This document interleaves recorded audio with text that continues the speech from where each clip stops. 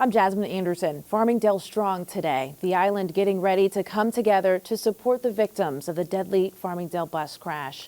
There's a fundraiser tonight in Wantagh. Proceeds will go toward the Farmingdale Marching Band, which lost its beloved director Gina Pelletieri and chaperone Beatrice Ferrari in the crash a few weeks ago. The band will then make sure the money goes to those in need. Tonight's event is at Mulcahy's Pub and Concert Hall. A search right now for what sparked a deadly house fire in Comac. Police found 40-year-old Jean Laurent's burned body last night here in an upstairs apartment on Spinner Lane. His mother and 3 others escaped the flames. A 14-year-old girl is recovering right now after she was hit by a car near Levittown High School. Police say the student, whose name has not been released, was hit while walking near Division Avenue High School late yesterday afternoon. She was airlifted to the hospital and is stable right now. No charges were filed. In the Gilgo killings, Nassau County has launched its own investigation into Rex Heuermann's guns. It's a story you'll see only in Newsday. In a new court filing, prosecutors say they believe several of the guns were illegally owned. The suspected Gilgo Beach killer filed court papers last month to allow the guns to be sold and for the money to go to his family.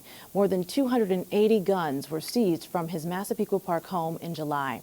Read the latest on the Gilgo killings investigation on Newsday.com. Click Get More below the Newsday TV video box.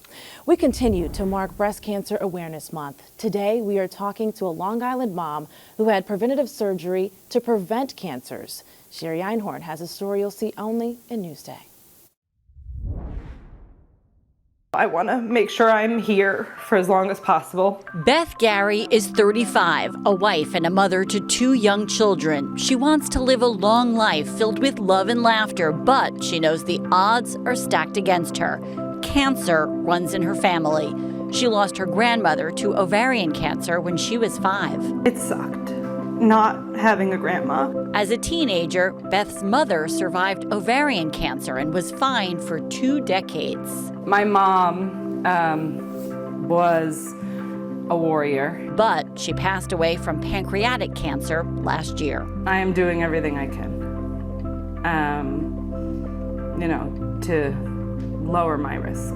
Beth also found out after being tested that she has the BRCA gene mutation, which puts her at higher risk of getting cancer. For me, it was a no-brainer that I was going to move forward with preventative surgeries. Though she's never had any evidence of cancer, she went ahead and had her ovaries and fallopian tubes removed. She also had a double mastectomy. And she says if she could get rid of her pancreas, she would do that too. Now, obviously, doctors say preventative surgeries aren't appropriate for every patient. The key is to assess your risk, then talk to your doctor about what decision is right for you. For some women who are living with a very real fear of dying of breast cancer every day, it actually can be a very liberating experience. I have other patients with similar risk who are saying, I really do not want to have a preventive surgery. I am going to do my screening regularly.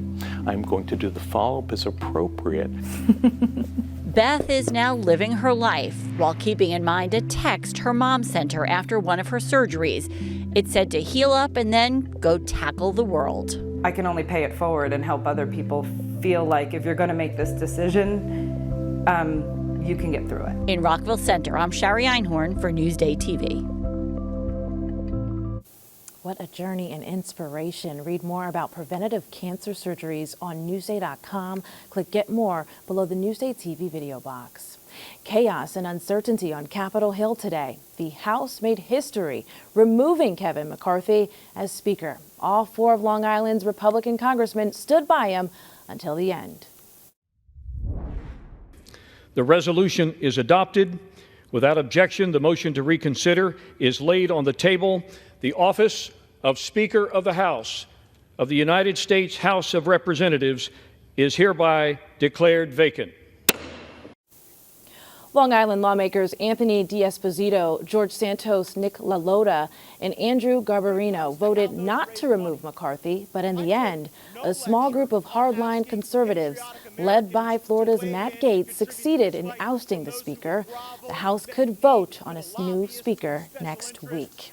Former President Trump is expected back in court today for day 3 of his civil fraud trial in Manhattan. The judge yesterday imposed a limited gag order.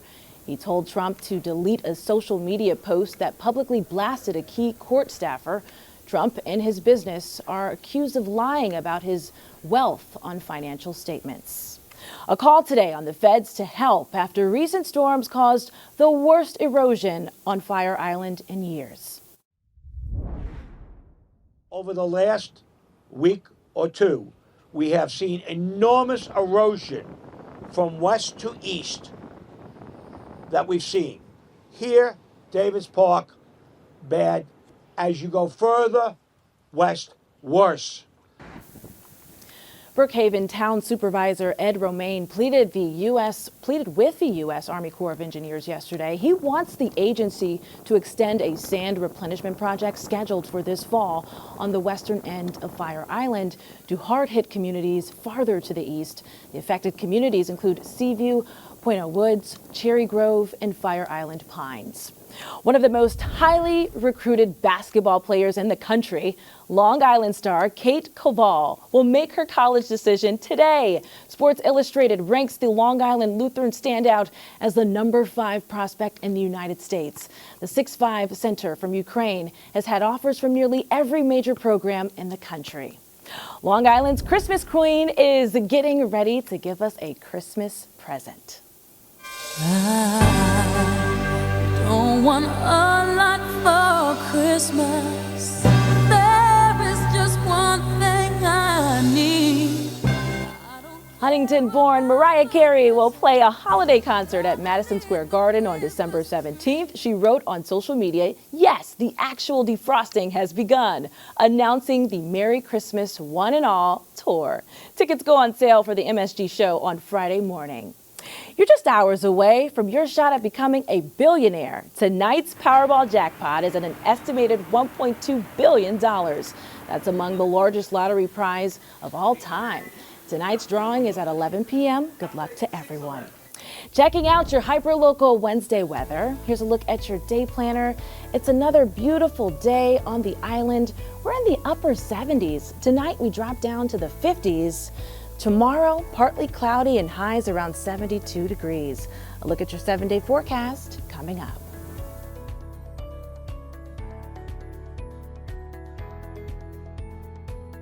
Long Island weather is brought to you by Home Tax Saver, PTRC Incorporated.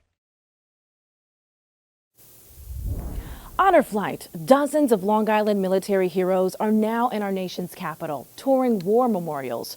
Virginia Huey has a story you'll see only in Newsday.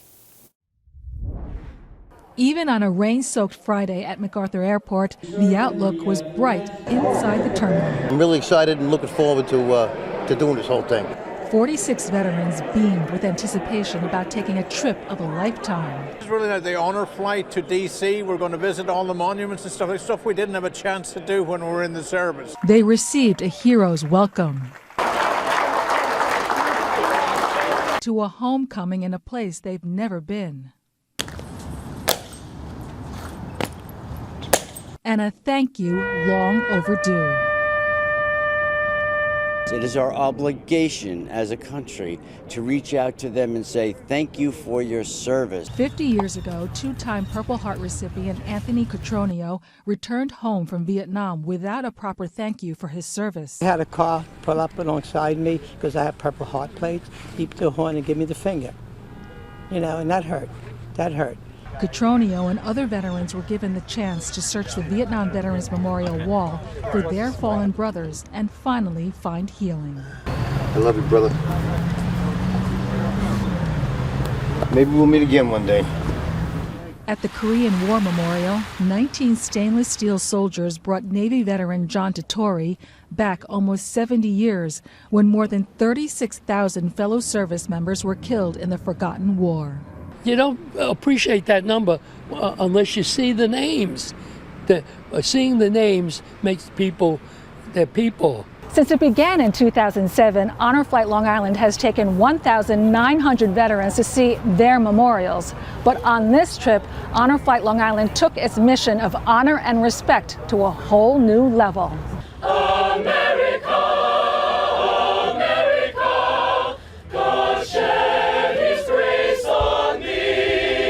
In a surprise performance, the University of Maryland Choir sang patriotic songs for the veterans on the steps at the Lincoln Memorial. From sea to shining sea.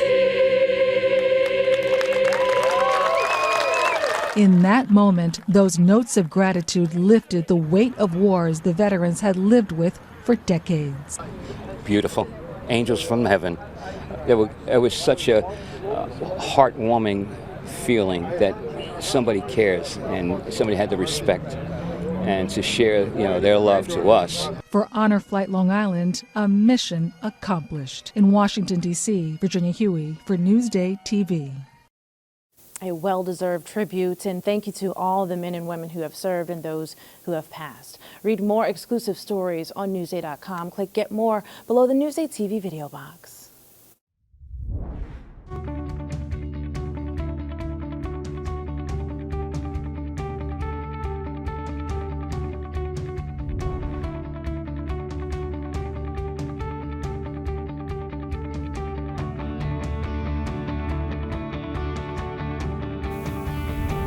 Tomorrow is opening night at the International Hamptons Film Festival. Rafer Guzman has a story you'll see only in Newsday.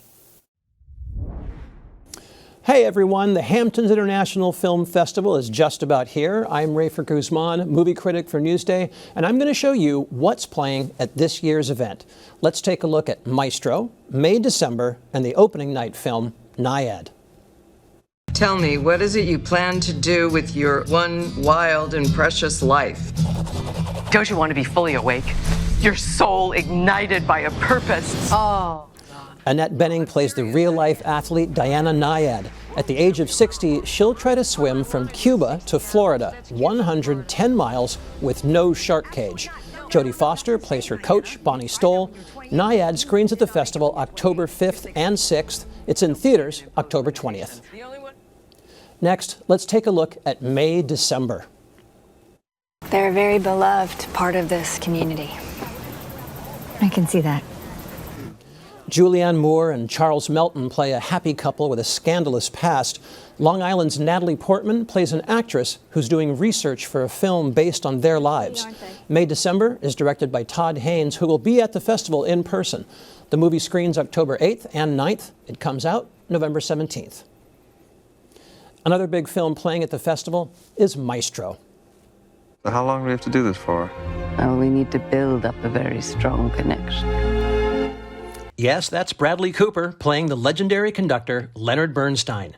This is Cooper's second time as a director after A Star is Born, and his co-star is Carey Mulligan as Bernstein's wife, Felicia Montealegre. Maestro will be the closing night film on October 12th. It's in theaters November 22nd. Now, all three of these movies are from Netflix, and Netflix still doesn't have a Best Picture Oscar. Festivals like the Hamptons can build support even when the actors' strike is hurting publicity. To read more about the Hamptons International Film Festival, click Get More below the Newsday TV video box on our homepage. I'm Rafer Guzman. My goal is to entertain, but also to let you into places where the fans can't go. I want to take the readers inside the locker room, inside the heads of the athletes. Newsday, covering Long Island like no one else can. I'm Jasmine Anderson. Thanks for watching. We'll leave you with a look at your hyperlocal 7-day forecast.